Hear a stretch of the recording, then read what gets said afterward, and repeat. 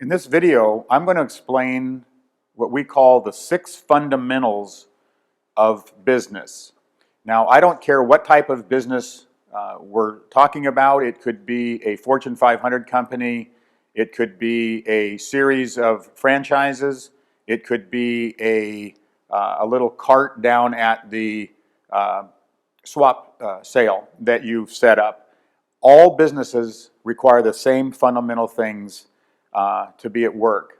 And that's what separates us from, in the way that we coach people, the way that we consult people about small business, is we want you to understand these fundamentals, because business is complex. But what we're trying to do is simplify it by getting away from the traditional departmentalized thinking. And so what makes the 6 fundamentals different? Well, there's really 6 things that drive business growth. And if you're not in business to grow, then you're probably not going to be in business very long, because there is no such thing as a static business. You're either growing, moving forward, or you're regressing and going backwards. So the goal of business is to constantly grow all 6 areas of these business areas and these fundamentals. So the first fundamental is the fundamental of leadership.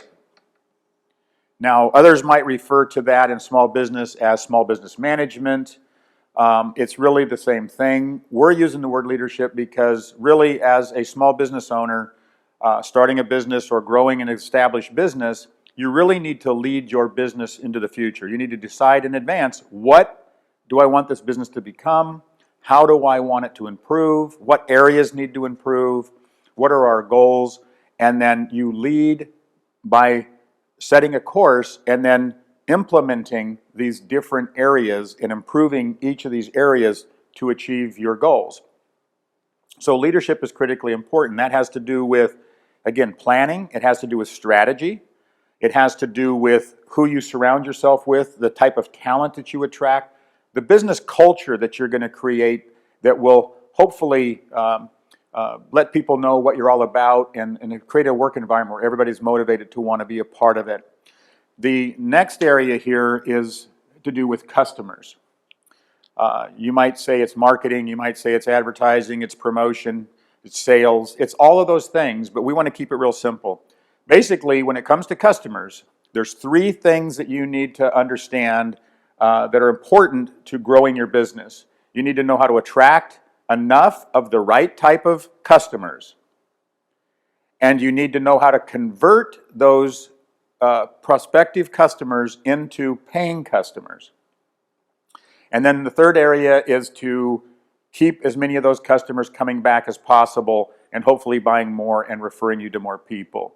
So with customers, you need to learn how to attract the right ones, you need to know how to convert them into sales, and you need to know how to retain those customers so that they keep coming back. The third area has to do with cash.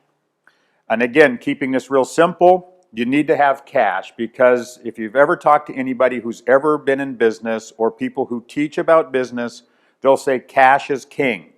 And what they really mean by that is that you can not make a profit, but as long as you have cash, you can stay in business.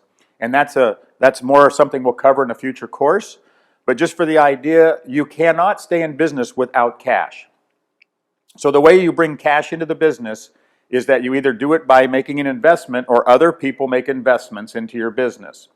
You can get cash by operations, meaning when you operate your business and you sell products or services to customers, you're generating cash. And the third area has to do with credit. So you can have cash or get access to the things that you need to operate your business through credit sources, like credit through suppliers, or credit from the bank, or even on your own personal credit or your credit cards. You can acquire things that are the same as cash that give you the resources that you need to operate your business. The fourth area here has to do with margins. This is an important area from the financial side of your business to understand. So what is it about margins that are so important? Well, margins will tell you how much money, how much profit you're going to make off of your sales and off of the different transactions that you might have in your business. So this determines your profit margins. It determines the difference between what something costs you and what you sell it for. And having improper margins can make a big difference on your cash, and it will eventually become something that's problematic. So understanding margins is really important. The fifth area here has to do with the business cycles that you might have.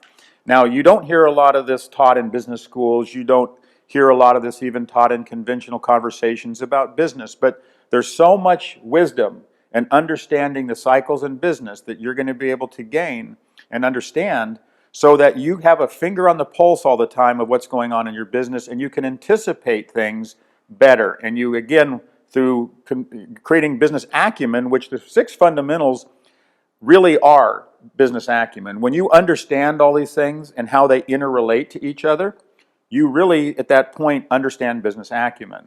So the cycles in business, just as an example, would be, there's cycles in your customers, there's cycles in your cash, there's cycles in your assets. But the cycle in your customers example would be that customers buy from you on a regular basis or at a certain frequency. So what is the buying cycle of your customers, or the customers in the business that you're planning to start? If you're in a roofing company, people don't buy roofs every week or every month or even every year, but maybe every 5 years. That would be a cycle, how often they buy. Another cycle would be, how long does it take you to order products that you need to put on the shelf after you sell them? So you have a purchase order, you send off the purchase order, you get the product in. How long does that take? Does that take a day from the time you order it, a week, 3 months before you get it and get your inventory in? Another cycle might have to do with when you collect your money. You might bill out a client at a certain point, but then it takes you 30 days or 45 days to receive your money back. That's a cycle. Cycles also that affect your business have to do with seasonality. So some of the seasons in your business. Do you have a business where more customers buy during the winter time than they do during the summer, or in the summer instead of the winter? So a cycle might be where you have 2/3 of your business you do just in the winter months, if it's a certain type of business you have, and you have to understand those cycles, those seasonality cycles of your business. Those are just a few examples to give you an idea of how important it is to anticipate cycles, build that into your plan so you'll know how much cash you're going to need. And the last area has to do with assets. Now, that's a standard accounting term, assets. But we want you to think about assets in a way that's not just about accounting as much as it is about what assets do I have, and are those assets capable of making me money? So if something can generate money for you, then it's an asset. And so for us, an asset might include your employees, because many people who hire small business or small businesses that hire employees see their employees as a cost or an expense, and they try to minimize the expense. We look at it and say, no, if you have employees, they're assets to you. And the way they're assets is because they help you generate money, or they help you save money. So you have good assets, you have good people, they're going to come in and help you make money. You might have equipment that can generate money.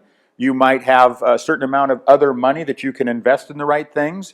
You might have credit through other suppliers and stuff that can provide that. So this might be inventory that you have in the form of assets and an inventory that you can sell off the inventory to recover your cash, or to sell it for a profit because you've marked it up and you have a margin in there where you're generating revenue.